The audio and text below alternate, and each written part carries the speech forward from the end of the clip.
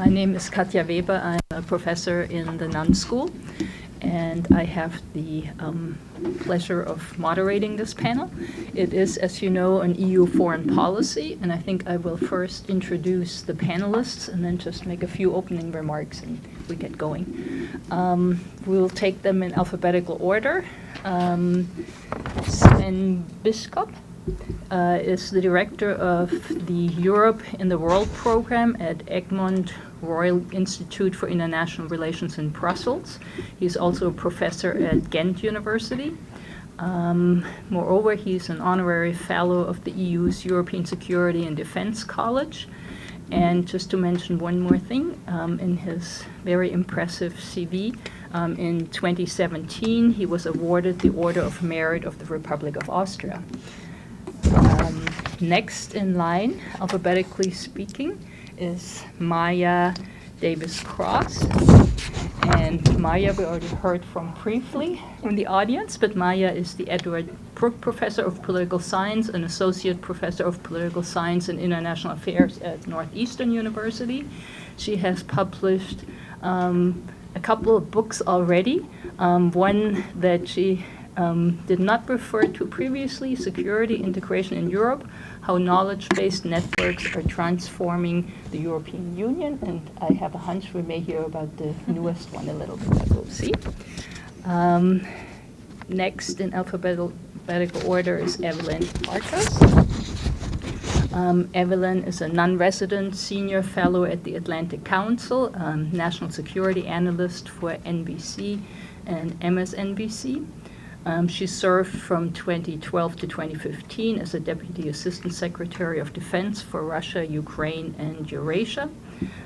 She also served as a senior advisor to the Supreme Allied Commander Europe, SACEUR, and a special advisor to the Secretary of Defense for the NATO summit. And then last, but certainly not least, is my colleague Alistair Young, whom you've already heard from. He is a professor of international affairs in the Nunn School. He held the Jean Monnet chair from 2012 to 2015. And as we learned earlier, in addition to the many publications that he has, received the Ivan Allen College Distinguished Research Award in 2015.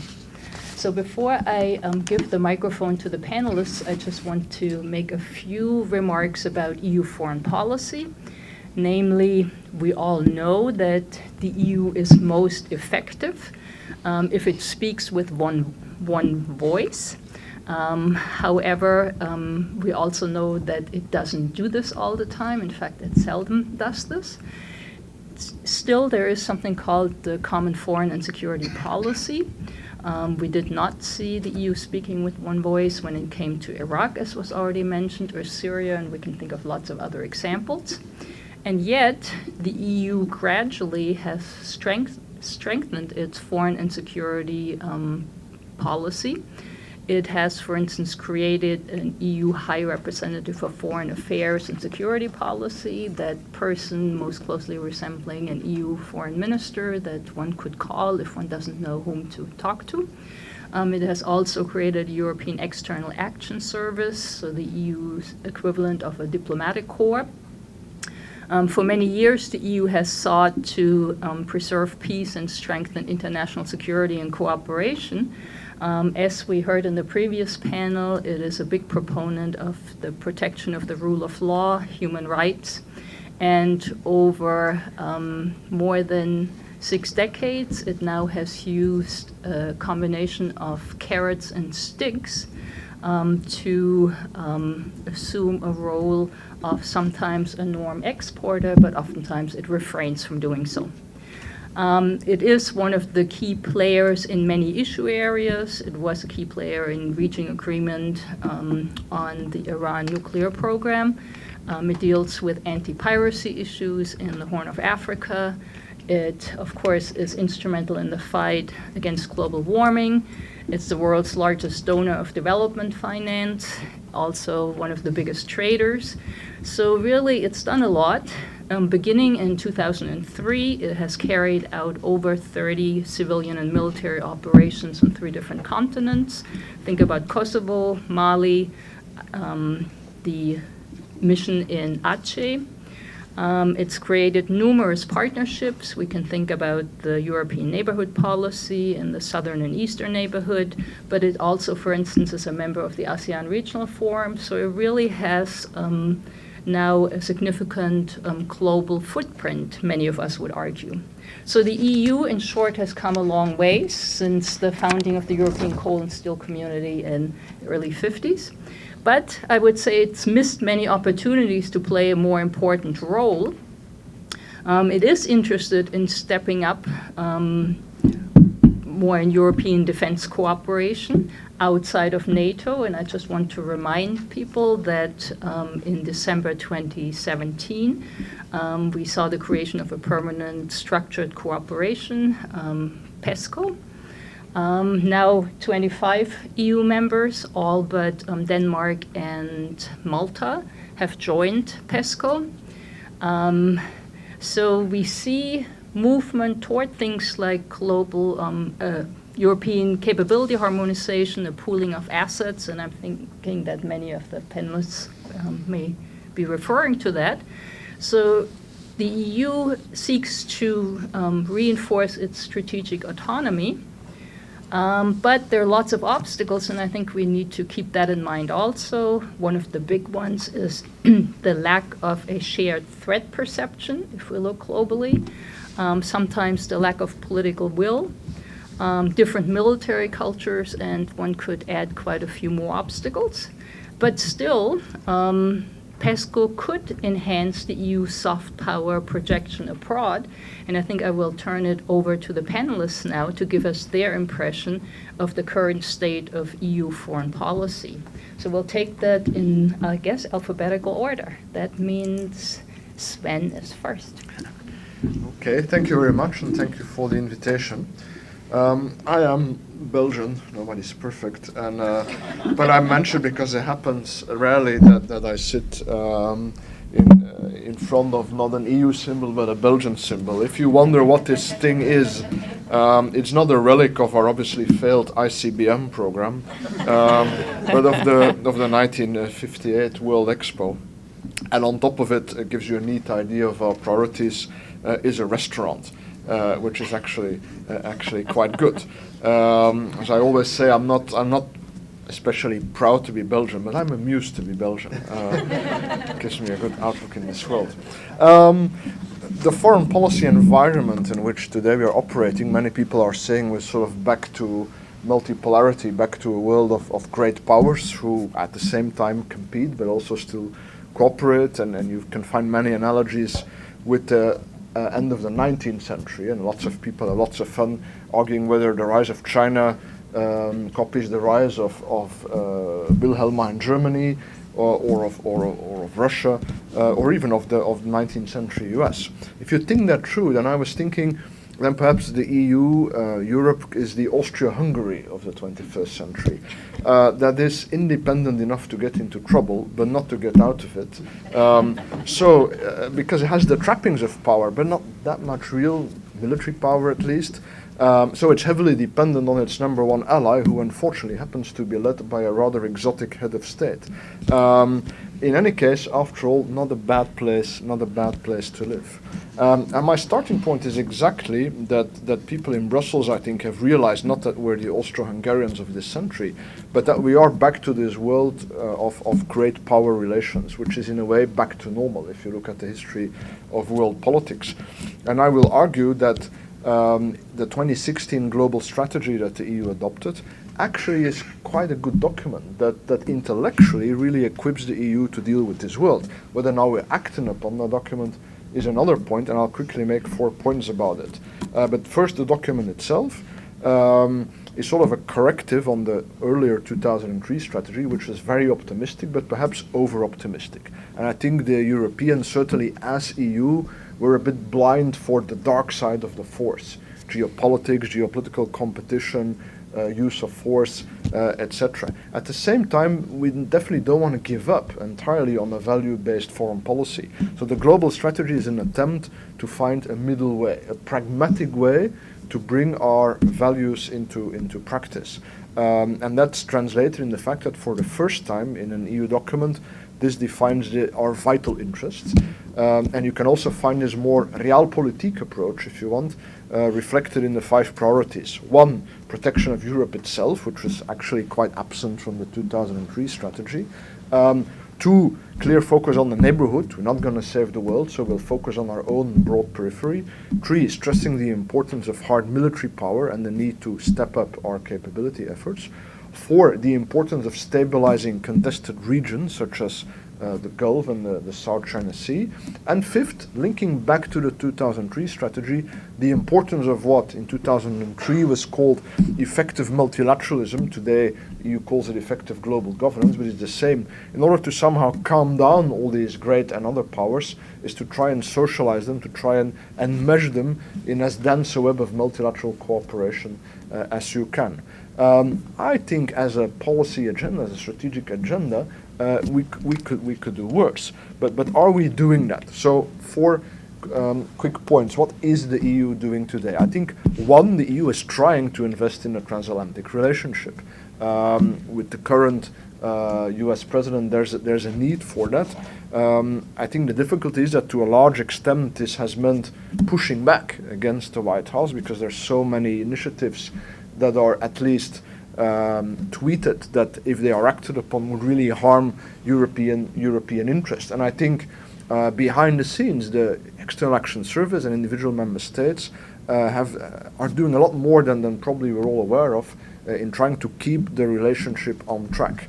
The question mark is whether this may not become even more difficult as even more interlocutors are leaving, right? You could say that with McMaster you still had a person you could talk to. John Bolton is on record as being against the very existence of the EU. So how do you talk to him? How will Pompeo be a Secretary of State? What will happen to the NSC? Difficult question. Secondly, I think the EU is trying to make the Atlantic relationship more equitable, more balanced, which means, of course, that we have to up our game, and certainly in the field of hard power, have to become more effective. And this is where this permanent structured cooperation comes in. Now, there are many reasons to be skeptical about this. I know this year sees a very unimportant anniversary. It's 20 years that I'm writing on European defense, which just means that I've written quite a few articles in which I've said, now is the time, and then it wasn't really the time quite yet. This is not guaranteed to work, but it's also not guaranteed to fail, as many of my colleagues make it out to be. And it is different than all the previous initiatives because it's now part of the institutional setup and it's part of EU law. I'm Belgian. It's not because something is the law that I do it, but I know that if I don't, I'll have to explain myself. And in this sense, PESCO will be like NATO, right? Most member states don't actually meet their NATO targets. But they do have to explain at least once a year. There'll be an awkward moment of naming and shaming, and it will be at least that with PESCO. And for the first time, this is really new, there is money on the table. It's to start with not a huge amount, 1 billion a year for capability projects from the EU budget, but it's new money, right? It's extra money. Okay, the EU budget also comes from the member states, but it's the first time we have a pot of common funding for defense projects. And if this works, I think this is likely to be an increasing pot. So I and most people in Europe were, I think, very surprised when the US administration came out against the idea, because I thought, well, this is all that you've always been asking for. Now, of course, if the expectation of the government is that the Europeans will spend more on defense and then take their pot of money, take United 951 from Brussels to Washington and say, here we are with our little pot of money, now please open the shop and show us what's for sale here, it was never going to work like that. Of course, if we have more European defense, we will buy more European, but we're not going to buy only European. if only because so many of our defense companies are interlinked anyway. So I would say the article, the title of an article that's forthcoming, if a little promo is allowed, give PESCO a chance, because if it works, it will be really beneficial. Third point, I think the EU, at the same time as trying to invest in the Atlantic Alliance, is also trying to invest in other partnerships with the other great powers and other powers. And China already came up. I don't think that China, at least not yet, is trying to undo the current world order. China benefits way too much from it, and I think it's trying to make space for itself in that world order. And if you say up front, will there be no space for you, then you're heading for very serious tensions and potentially conflict. But even the fact that China, as it's announced at the Party Congress, is set to develop a world-class military by 2050, I mean, you could say that's the nature of things. China's principle was non-intervention, which is easy to say if you don't have interests anywhere anyway. But now there are Chinese citizens everywhere, Chinese investments everywhere. Just look at how they evacuated 35,000 citizens from Libya during the war. So it's only logical that they want to develop a military instrument that allows them to do that, right? And many people cry havoc because China opens a naval base in Djibouti, but we have naval bases all around Asia, right? Which legitimate grounds do we have to say you cannot have a legal base in Africa? We can, but you cannot. And we can have legal bases all around Asia. But you can't. So this is not to justify any of China's actions in the South China Sea, for example, but is to say that I think we can still accommodate the rise of China within the existing system. I was a bit surprised, by the way, to hear Harlan plead for a transnational infrastructure bank, because that's exactly what China created, isn't it? The Asian Infrastructure Investment Bank in the United States opposed it and asked all its allies not to join it, but then all of us did, except for Abe, who's staying very close. So China is one example. Even Russia is an example. Difficult though it is, but in the end, I don't think our strategy should be to isolate Russia for the sake of isolating it. Our strategy should be to try somehow to return to a good neighborly relationship, which brings me to the fourth and final point. What the EU is also doing, but perhaps a bit more unwittingly, is through a creative use of its trade and diplomatic instruments to try and have a stabilizing role. And just one example of that, it was already mentioned that the US did not want to join TPP anymore. Now it might again. That left an economic void. De facto, that void is also filled by Europe's free trade agreements with those Asian countries. And those free trade agreements have strategic effect. Now, DG Trade in the Commission was not pursuing them because of that, but ex post factum, they're now thinking, well, actually, this is even more important than we thought. So I think that in our trade instruments, in our diplomatic instruments, we could be a lot more creative and a lot more proactive and play a stabilizing role in this environment. But, and I end on that, it's of course difficult to be creative and proactive in our unwieldy decision-making system, which on the common foreign and security policy indeed remains based on unanimity. But I know there are increasing voices, including most recently the German defense minister, saying we should move to majority voting, not on defense, but at least on foreign policy. There is nothing really objectively that would stop you from doing that. So I remain, as ever, a cautious optimist. Thank you. Thank you very much. That now gives the floor to Maya next. Thank you. Thank you very much. I'm delighted to be here, and I very much appreciate the invitation.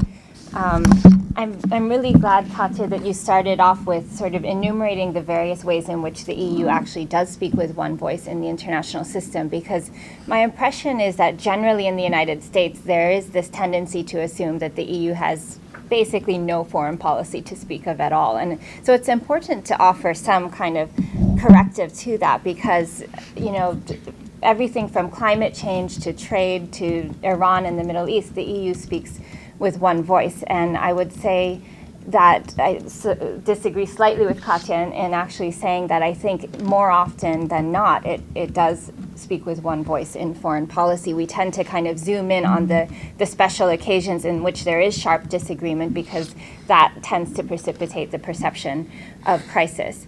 But given that the EU is integrating more and more over the decades, and the EU actually has regulations in place, the Court of Justice back in the 70s ruled that if the EU is integrated internally on an area, then it should engage externally in that area as one actor. And that has sort of been the trend over time. But I think what I want to focus on now is really how the EU is changing in terms of defense, because there's many ways that we could focus on foreign policy, but I think we're in the middle of a catalyst to major change in the defense area, much more cooperation and maybe even integration. And this is in the context of what I would identify as 5 major catalysts over time for the EU in terms of moving forward on foreign policy and security. The first catalyst was the end of the Cold War, when the EU is basically reacting to kind of declining US interests, and that's the point at which it launched the Common Foreign and Security Policy. The second catalyst is in the 90s, especially 1998 in Kosovo, when the EU found that even though it had a common foreign and security policy, it was almost helpless to actually react to a crisis in its own neighborhood in the Balkans. And that precipitated in 1998 the Saint-Malo Agreement, where the British and French reconciled and were able to move forward with what ultimately became the Common Security and Defense Policy. So this is significant because for the first time, the EU gave itself the capacity for autonomous action, as the agreement stipulated, and to have credible military forces separate but not separable from the US. The third catalyst, I would say, is in 2003. And this has some kind of resonance today because in 2003, there was very clearly a transatlantic divide. With Bush as president here in the United States, there was a sense that they simply could not see foreign policy in the same manner, and that Europeans had to think of themselves as operating on their own. So I think there is a parallel to today. And what happened with this is that the EU then signed the European Security Strategy of 2003, which Sven already mentioned, and it actually launched CSDP, the Common Security and Defense Policy that was agreed to earlier, in the form of over 32 missions, over 30 missions and operations in 3 separate continents. And so that was significant. Although these are relatively small missions and operations, it made the EU capable of actually acting, and it articulated a common strategy. The fourth catalyst, I would say, is actually in the realm of terrorism. So this is more of an internal security kind of issue. But with 9/11 and then the attacks in Madrid and London, you see this kind of new sort of cluster of strategies, including the strategy on radicalization and recruitment, that really lines up European countries in terms of counterterrorism, and that really continued along over time. So that brings us to the fifth catalyst, which is where I think the EU is now today. And I think there are 3 major reasons why the EU is really moving forward quite rapidly in security and particularly defense integration. Those reasons are Trump, Russia, and Brexit. So I'll explain each of the 3. With Trump, I think we've already heard some of this with the previous panel. But when Trump was elected, the reaction in Europe was quite strong, and it was quite fearful for the future. So there was an opinion poll done right after the election of Trump. Only 9% of those polled said that they had trust that Trump or the United States would do the right thing in foreign policy. So a very small percentage. The EU's foreign policy chief, Federica Mogherini, said there's a need for Europeans to take care of themselves in security terms. And so I'll just kind of draw that parallel again between now and the transatlantic divide under Bush in 2003, that whenever the relationship between the US and Europe becomes more rocky, you tend to see the Europeans trying to devise a way for them to act together better. And there's a problem that kind of goes even deeper than this, even across time, even when there isn't a transatlantic divide. And that is the mixed signals coming from the US in terms of defense. So what you also see in kind of regular intervals is that some US leader will go to Europe and say, you need to do more on defense, you need to spend more, you need to step it up, you have to become this strong pillar within NATO. And then as soon as the EU takes those steps, whether it's through CSDP or increasing defense spending or other mechanisms like more recently the PESCO agreement, very shortly after that, another U.S. Leader comes back to Europe and then says, but don't take this too far. So the Europeans are in this kind of limbo where, even in the last iteration of this, Trump called upon the Europeans to do much more. And then they signed on to agreement a number of issues that will eventually constitute a defense union. And last month, the U.S. ambassador to NATO then issued this warning, don't take it too far, which Sven was referring to in terms of the trade aspect of security and defense. But to be clear, the EU would like a strong transatlantic relationship. They rely heavily on this. They would like it to continue, but they're kind of in reactive mode. In terms of Russia, I'll just say a little bit because I know my colleague on the left there has a lot to say about Russia probably. But essentially this shift in the way that Putin has behaved lately has really changed the terms of how Europe approaches security, especially in terms of how it conceives of a possible threat to its homeland. So right at the turn of the beginning of the 21st century, Europeans were basically thinking that it was very, very remote that they would actually be attacked in their own territory. Vladimir Putin was clearly signaling that he was looking to the West. There was talk of even perhaps Russia joining NATO, even perhaps joining the EU, which might be far-fetched, but this is kind of the spirit of the assumptions surrounding Russia's role and how it was really going to just absolutely assume to be lining up with Western interests. Then in 2008, of course, you have the Russia-Georgian war, and that is the start of a sharp slide backwards. Then Ukraine, of course, the incursion and annexation of Crimea. So Russia is clearly now taking a hybrid war approach. It's not only threatening territory, but it's also using propaganda and cyber and so on. And I think overall this has sort of changed the mindset of how European security leaders are looking at where they need to go forward. Particularly in terms of the reforms of the armed forces. So this has been on the agenda for quite some time, but what Europeans have been striving to do in terms of the armed forces is to move them away from Cold War scenarios and to move them into this light, rapid reaction, multilateral, humanitarian, peacekeeping kinds of operations in third countries. So now there's a bit of this gray area of perhaps now those Cold War scenarios may also need to be preserved, at least to some degree. And then finally with Brexit, again, this has been touched upon, but I think the main point here is that the UK has often been a spoiler in many integration initiatives, particularly in security and defense. It was standing prepared to veto any kind of initiative to create a common operational headquarters, for example. So I think there's really a sense that moving forward with the British out of the way, the Europeans have these new opportunities, and we're seeing them actually initiate these opportunities. As far as the future of defense union, there may be some skeptics out there saying, well, can they really do this? They've tried to do this time and time again, really since 1950 and the proposal of a European a common defense approach.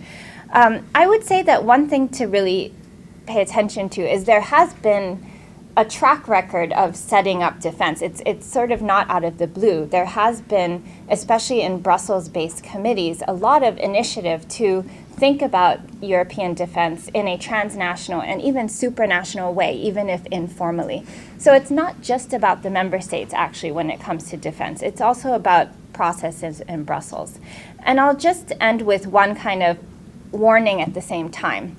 We can talk about, spending more and the European Union having all this capability, but we should also remember that it's a unique kind of actor. It's an actor that would prefer peace. It wants to only use force as a last resort. It likes multilateralism and legitimacy and democracy. So it's not exactly right to just take this as far as it can and militarize the EU and think of it as becoming something like the United States, because this may actually undermine a lot of its soft and normative power in the process. Thank you very much. Thank you. Thank you, Maya.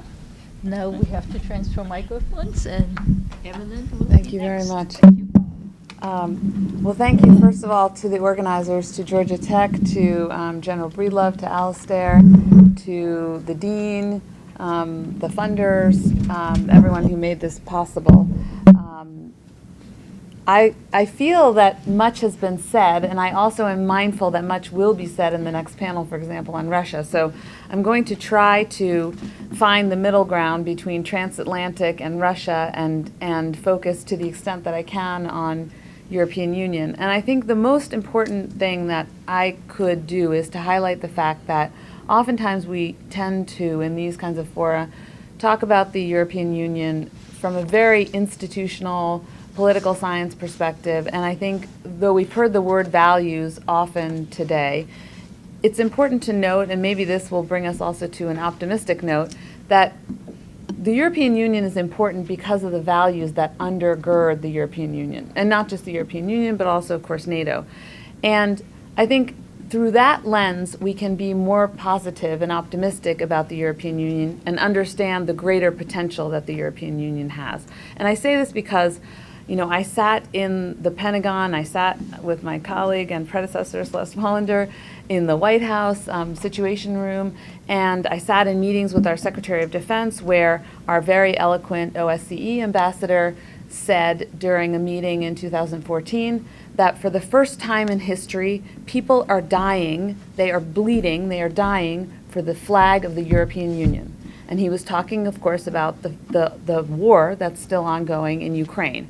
So I think people should remember and people should appreciate the fact that there are citizens of states who are willing to put their lives on the line in order to have the right to associate with the European Union and hopefully someday, of course, become full-fledged members. So, and that's not just Ukraine. Obviously, Moldova has been in that category, Georgia, Armenia, although of course they're straddling things, and other states. So I think it's important to just understand that there's greater power behind or under the European Union than simply the institutions and the economic might, the military, political might. And so within that context, I say, however, that there's a lot that the European Union should do to demonstrate its appreciation for its own values. I believe that the European Union is not doing a good enough job. We were asked to talk about the impact of various trends on the European Union's foreign policy. And I don't think that the European Union is doing a good enough job addressing any of these items. So starting with the first one, the impact of the Trump administration. I don't think the European Union is doing as good a job as it could in responding to the U.S. government and its unilateral isolationist, if you will, tenor. That is not to say, I purposely say tenor and not policy because our policy is a little schizophrenic. We haven't actually withdrawn. In some cases, as Karen said earlier, we are America alone, but we're not America alone across the board. And so, but the European Union has not done enough to articulate, okay, while we are dithering in the United States and while we are failing to articulate what's at stake here, the European Union has missed that opportunity.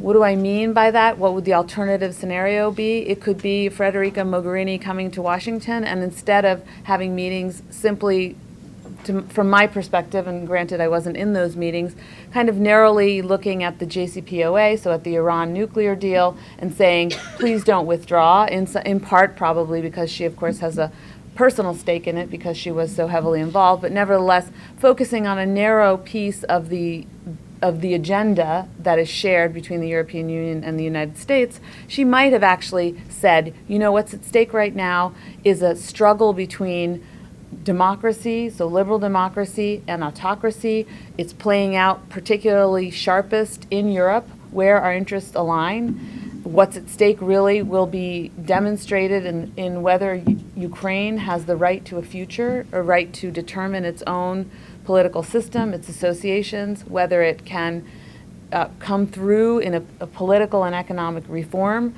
She might have talked about Putin and Putinism and what the EU is doing, what the EU is doing with NATO. There's actually good news on that front as well, even though there's much work to be done. Because we do understand from the military perspective, from the defense perspective, that there's now an overlap more than ever before between law enforcement and military, and we can't ignore the fact that there's an overlap, and we need to address these things as institutions together, and also obviously as nations together. So I think that has been up until now a missed opportunity. With regard to the other threats that, and I would also mention energy policy. This is an area where the European Union has come farther than when Celeste and I were first in government.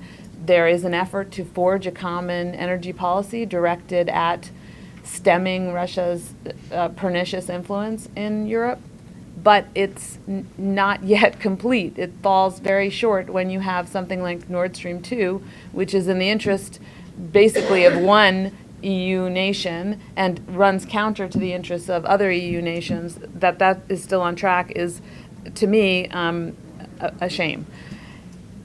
There's also, of course, the internal dynamic, and again, when I talk about Putin and Putinism, the Putinism part is, of course, what's happening internally with the erosion of liberal democracy. You know, Orban declared many years ago that he was no longer interested in liberal democracy, and the European Union did nothing. And now we are at a point where there may be no democracy at all in Hungary in the near future if he continues along the trajectory that he has followed thus far. So I think the European Union also needs to, you know, in its response to this threat posed by Russia and its authoritarian and aggressive foreign policy, also address its own internal problems, its own weaknesses, its own failure to measure up to liberal democracy and its own standards. With regard to how to deal with regional crisis, so we were also asked, I think there was something on Syria, but I believe that one area where the EU has also fallen short dramatically is in the response to the Syria crisis. Because the refugee crisis, while there are refugees coming from Afghanistan and from Africa, Libya, etc., first and foremost, it became a political crisis for Europe in conjunction with the war in Syria and the refugee flow from Syria. And that, of course, was also exploited by Russia. So, of course, as we know, even from the early days, there was a Venn diagram there. There was an intersection between Russian interests and their ability to destabilize, or their interest in destabilizing Europe. It's especially shameful because we have come through, I mean, the European Union and Europe writ large struggled for 3 years to come up with a solution to the war in Bosnia. And ultimately, the United States stepped in, and together we were able to bring peace to Bosnia. It's not a perfect peace, and certainly it's a far from imperfect political scenario there, which of course also makes it unfortunately vulnerable to Russian meddling. But nevertheless, we, Europe, America, the European Union with its big contribution has kept the peace in the Balkans. Yet, we have turned away, and I say we because I can't just point the finger at the European Union as an American, because we also are to blame. We have turned away from Syria and understanding that that civil war was the cause of the refugee flow. And without solving that civil war, we would continue to have widening instability because, as we can see already, we would have Israel more involved and, again, more refugee flows and also permanent refugee settlements, which are not in the interests of the neighboring states in particular. So I think that's another area where the European Union has an opportunity but has really fallen short. On Brexit, I would just say I'm kind of one of these wild-eyed Americans who, wakes up every day hoping that there's like I wrote something like Brie-union, like a Brie-turn, like please let's not do it. Every time The Economist has an article about, the labor leader who's organizing people in the coffee houses to try to undo it. And I actually think it's not a crazy thought. That there's still time. So I'm hopeful that maybe somehow we won't lose the UK because I think that the European Union is stronger with the UK in it, and it's a stronger transatlantic relationship with the UK in the European Union. But maybe it's just that I'm stuck in my ways mentally. I've given the 1 minute or 2 minute warning, which is probably 1 minute now. So I think what I want to say, maybe just to wrap it all up, to say that there is still a lot of potential for the European Union that is unrealized. There are states that want to join. I'll mention Serbia, for example. Serbia wants to join, and much of it, if you think Serbian behavior is not very good or leaves much to be desired, it could be far worse if it didn't have the carrot of EU membership to moderate what's going on internally in Serbia. So I think the fact that the EU is still desirable to so many states that are not in the EU shouldn't be forgotten. Ultimately, it's an issue of leadership and confidence, and so my hope is that we would get some leadership in the European Union, to say nothing of the United States, expressing confidence in globalism, in fighting against autocracy, in fighting for liberal democracy, and in continuing to build the European Union into the institution based on values that we expect it to be. Thank you very much. Last but certainly not least, my colleague Alistair Young. Thank you very much. I wish I could say I'm amused to be an American.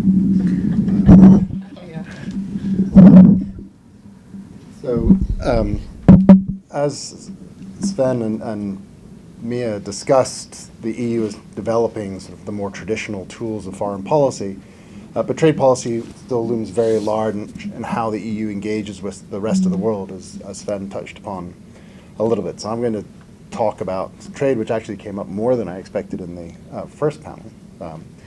So I would argue that European Union trade policy faces 4 challenges, 2 internal and 2 external. The 2 internal challenges are the increased politicization of trade policy, which is linked to the rise of populism, which you heard about, and Brexit. The external ones concern China's increasing economic influence within Europe and the US's more aggressive and unilateralist trade policy under Donald Trump.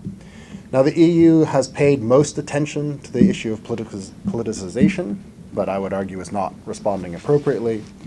The EU is largely unconcerned about the implications of Brexit for EU trade policy, which might be just about right. And concern with China is recent and relatively muted. I say that Trump's trade policy, which was initially seen as an opportunity by many, particularly in Brussels, is now very much considered a threat, and the EU is really grappling with how to respond to it. And Klaus addressed some of those issues earlier. Just a bit of background. The EU is incredibly important in the world. It's the world's 2nd largest economy, according to the IMF. It's 40% larger than China's. It's the world's 2nd largest importer and exporter of goods, which together makes it the world's largest trader in goods, and it's also the world's largest exporter and importer of commercial services. So the EU is very important in global trade, and global trade is very important to the EU, which is why the EU is sort of the prime champion of the multilateral trading system, which the European Council reaffirmed last month. And we've touched upon a little bit about issues of how the EU makes policy, and this is, in trade policy, this is particularly important. As Klaus mentioned, the EU has exclusive competence for trade policy, which means the individual member states are not allowed to pursue policy on their own. This has been evident in the UK being precluded from negotiating trade agreements until it actually leaves the European Union, and in the fact that Angela Merkel turned down President Trump's very kind invitations to negotiate a trade agreement last year. So at the EU level, you have authority for conducting negotiations delegated from the Council of Ministers, representing the member states, to the Commission. The Council of Ministers, by a supermajority, and the European Parliament have to ratify all agreements. It's a fairly high decision threshold. If you have a far-reaching agreement, which these days now means including investment protection, you need to have all of the member states ratify their agreement as well. And in some member states, there are provisions that sub-regional, subnational governments must also give their consent, which is why we saw the Walloon Parliament able to impede the ratification of the EU's agreement with Canada in October 2016. So these decision rules make the EU an unwieldy and obdurate negotiator, and they make it difficult for the EU to take aggressive action. So with that background, I'll turn to the 4 challenges. In terms of politicization, I would argue this is essentially a story of the Transatlantic Trade Investment Partnership negotiations. The EU, the Commission, launched a new trade strategy calling for a balanced and progressive trade strategy in 2015, which was heavily colored by public opposition to the TTIP negotiations. Arguably, trade policy in Europe gained even more attention in 2016 and 2017, with Wallonia impeding the CETA agreements, showing how the large number of veto players within the EU could really sort of amplify the effects of opposition, and in the light of the apparent role that anti-globalization sentiment played in populism in the US and Europe, as we heard in the first panel. The new strategy, however, reflects continuity rather than change. The EU has not abandoned its commitment to liberalization, and in the EU context, that means explicitly stating the value of domestic liberalization and not just liberalization by others. The EU has continued to pursue preferential trade agreements, we've already heard mentioned. It's finalized negotiations with Japan. The negotiations with Mercosur have been reanimated. It's launched negotiations with Mexico on improving the existing agreement. It's negotiating with Indonesia, Myanmar, and the Philippines, and is about to launch negotiations with Australia and New Zealand. So the EU is very much involved in trade policy.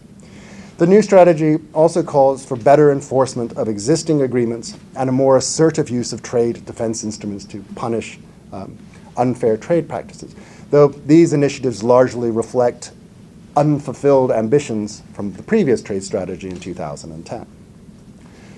One of the differences in the strategy is that the greater emphasis on including social and environmental standards in trade agreements. So we were talking about European values, and here is an argument about the EU exporting its values. In the past, the EU presented this very much in terms of these being beneficial values that are good for development and just good things for everyone to do. Now, they are now being framed more in terms of preventing social dumping and unfair competition by other countries. The EU, however, has not pursued that as aggressively as they might have done, and is not going to make these agreements enforceable through sanctioning, partially because the partners have indicated that they would not be keen in signing up to commitments, and partially because some member states aren't keen on that approach. The most significant change signaled by the new trade strategy is that having put investment into EU trade policies in 2010, they've now taken it back out again. Though the justification is not because this is politically unpopular, it's because they want to be able to ratify the agreements more simply by keeping the member states out. I mean, the member states participate in trade policy, but they will no longer have to ratify the agreements as well. Now, I contend that the public opposition to TTIP is the exception rather than the rule for European trade policy. The negotiations with Vietnam, which were concluded just before TTIP were launched, went without notice. So did the negotiations with Japan that happened in parallel. The Greek negotiations with Canada attracted no attention at all until the TTIP negotiations were launched. So there's a real question about how unpopular trade policy really is in the EU. So you have this reaction to something that may not actually be that much of a problem.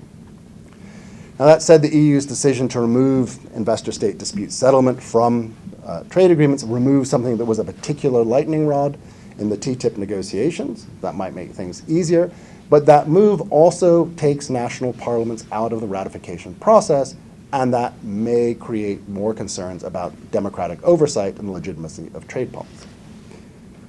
In terms of Brexit, there are two issues here. One is to do with how important, what does it do to the EU's importance and power, and the other is what does it do to the substance of the EU's trade policy. Wow, time is flying. The UK accounts for about 14% of the EU economy, roughly the same shares of investment and trade. The Commission's argument is that the EU will still be a big partner, still be the second largest economy in the world, so countries will still want to conduct negotiations with it, but the EU will be less economically important than it was. So the question about how much other countries are willing to give in terms of gaining access to the EU's market may diminish.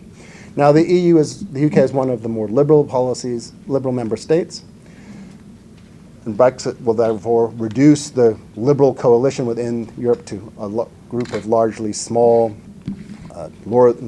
northern member states, sometimes with German participation. This is not likely to have much of an impact on trade negotiations, in which the EU's position is influenced much more by the most protectionist rather than the most liberal member states. But it may have an issue on unilateral trade policy in the context where the liberal coalition may have more trouble resisting protectionism. I know Scott's going to touch on quite a bit on China in the next session, so I can skip a lot of that. But the EU still sees China primarily as an economic opportunity. But there, as I mentioned, there are some concerns about Chinese investment and about the One Belt, One Road initiative. But the member states' authority for investment limits action with respect to the former, and differences amongst the member states impede a common policy on the latter. The bigger challenge, I would say, has to do with U.S. Trade policy. As I mentioned, the EU initially saw the U.S. retreat from trade agreements as an opportunity. The EU was left as the only big market on the bloc, and others would be keen to negotiate with the EU. The acceleration of the negotiations with Japan after Trump's election was seen as evidence of this. But as Klaus alluded to, since the start of the year, that perception has really changed. There is the transatlantic tensions that we've heard quite a bit about already. I think one of the things that was really quite interesting was the EU took quite an aggressive response to these trade sanctions. Technically, the measures, the tariffs that the U.S. adopted were adopted as national security measures. The EU chose to interpret these as safeguards in disguise, and under WTO rules, you are allowed to respond to safeguards prior to a WTO ruling, and only with respect to safeguards. So what the EU is trying to do is find a proportionate response where it's treading the thin line between sending a very clear signal that this is an unacceptable behavior under WTO rules, but at the same time trying to avoid escalation. I think I've been told to wrap up. There's a bigger issue, I would actually say, with the U.S. attitude towards WTO in general, with the general hostility to the multilateral trading system. Some of that is being evident in how aggressively the U.S. has been responding to China. And so in that context, the EU is caught in an awkward position between the two other dominant economies, where it agrees with the U.S. on the substance of the problems with China, but disagrees with its approach. It agrees with China that the U.S.'s approach is inappropriate, but disagrees on substance. Both China and the U.S. want the EU to side with them, which leaves the EU sort of in a difficult position.